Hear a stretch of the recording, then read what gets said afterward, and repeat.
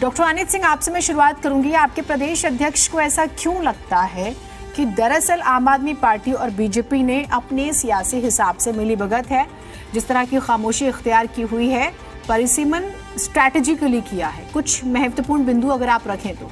हाँ, delimitation of ward is wholly arbitrary, irrational, confusing and suffers various legal इन्फर्मिटीज।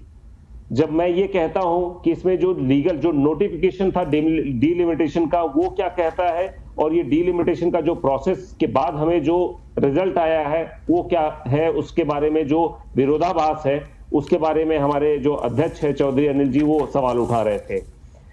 जो notification है delimitation का, उसके हिसाब से जो लास्ट सेंसस हुआ है उसके आधार पे जो दिल्ली की पॉपुलेशन है और जितने नंबर ऑफ वार्ड्स बनाए जाने चाहिए उसको अगर हम डिवाइड करते हैं तो जो 2011 के सेंसस के अकॉर्डिंग 1.67 करोड़ अगर दिल्ली की पॉपुलेशन है और उसके अगर उसको हमें 250 वार्डों में विभाजित करना है तो करीब करीब हर वार्ड में 65,000 की आबादी बनती है। ठीक है, इसमें प्लस माइनस 10% की वेरिएशन पॉसिबल हो सकता है अलग अलग वार्डों को ध्यान में रखते हुए।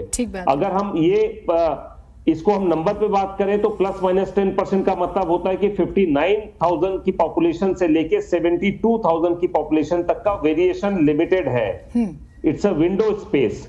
लेकिन अभी जब हम ये डिलिमिटेशन का जब हम रिजल्ट देखते हैं तो 72 ऐसे वार्ड है आउट ऑफ 250, 72 वार्ड ऐसे हैं जो 71,000 से ज्यादा पॉपुलेशन रखते हैं।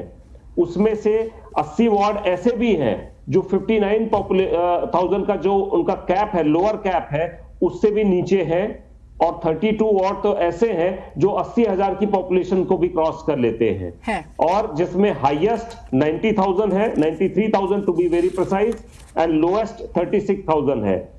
जब इस तरीके की वेरिएशन, आपको इस बात का अंदाजा होगा कि 1700 शिकायतें दर्ज हुई है इलेक्शन कमीशन को, 1700, और उसके रेक्टिफिकेशन के नाम पे क्या किया जाता है, सिर्फ 3,000 की पॉपुलेशन एक दो वार्डों में शिफ्ट कर दी जाती है, जो कि हाईएस्ट पॉपुलेशन जिन वार्डों में थी उसको हमें 3-4 हजार पॉपुलेशन कम करने का एक लॉलीपॉप दिखाया जाता है और बता दिया जाता है कि डिलिमिटेशन का प्रोसेस कंप्लीट हो गया है। हम यहाँ पे सरकार, जो केंद्र की सरकार के साथ साथ इलेक्शन कमीशन से ये पूछना चाहते हैं कि जितनी भी शिकायतें दर्ज हुई हैं, क्या सिर्फ महज औपचारिकता को पूरा करने से वो सारी शिकायतें दूर हो गई हैं? जिसका जवाब आपको ना में मिलेगा। और उसके साथ साथ जिस तरीके से ये डिलिमिटेशन किया जा रहा है उसमें किसी वर्ग विशेष, वंचित वर्ग को, खास तौर पे जो रिजर्वेशन क्लास कैटेगरी के हैं, उनको रिजर्व क्लास कैटेगरी के वार्ड में ही पुश करने का एक प्रयास किया जा रहा है। ठीक है, अगर मैं आपकी बात को स्वीकार करूं, आप और मैं देख रही थी कि प्रदेश अध्यक्ष जो हैं वो आपके कहते हैं कि 168 आपत्तियां कांग्रेस पार्टी ने दर्ज कराई भी थी। क्या आपकी किसी भी आपत्ति को शामिल किया गया?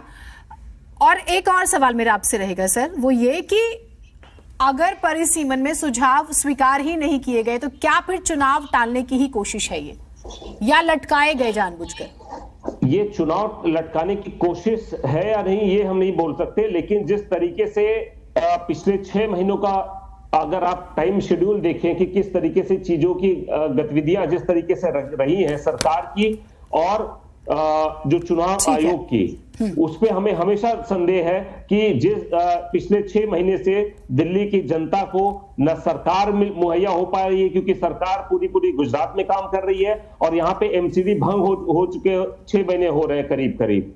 और जिस तरीके से ये चीजों को और लटकाने का एक प्रयास है, दिल्ली की जनता इधर 6 महीनों के अंदर क्या क्या नहीं गुजरी है। आपने देखा होगा कि जल भराव की क्या समस्या थी, उसके बाद उससे उत्पन्न हुई बीमारियां, सब कुछ कितने विकराल रूप ले चुकी है। आज मैंने ही खबर पढ़ी है, कूड़े के ढेर को लेकर लोग परेशान हैं, बीमारियों का भी जिक्र हो रहा था। ठीक है।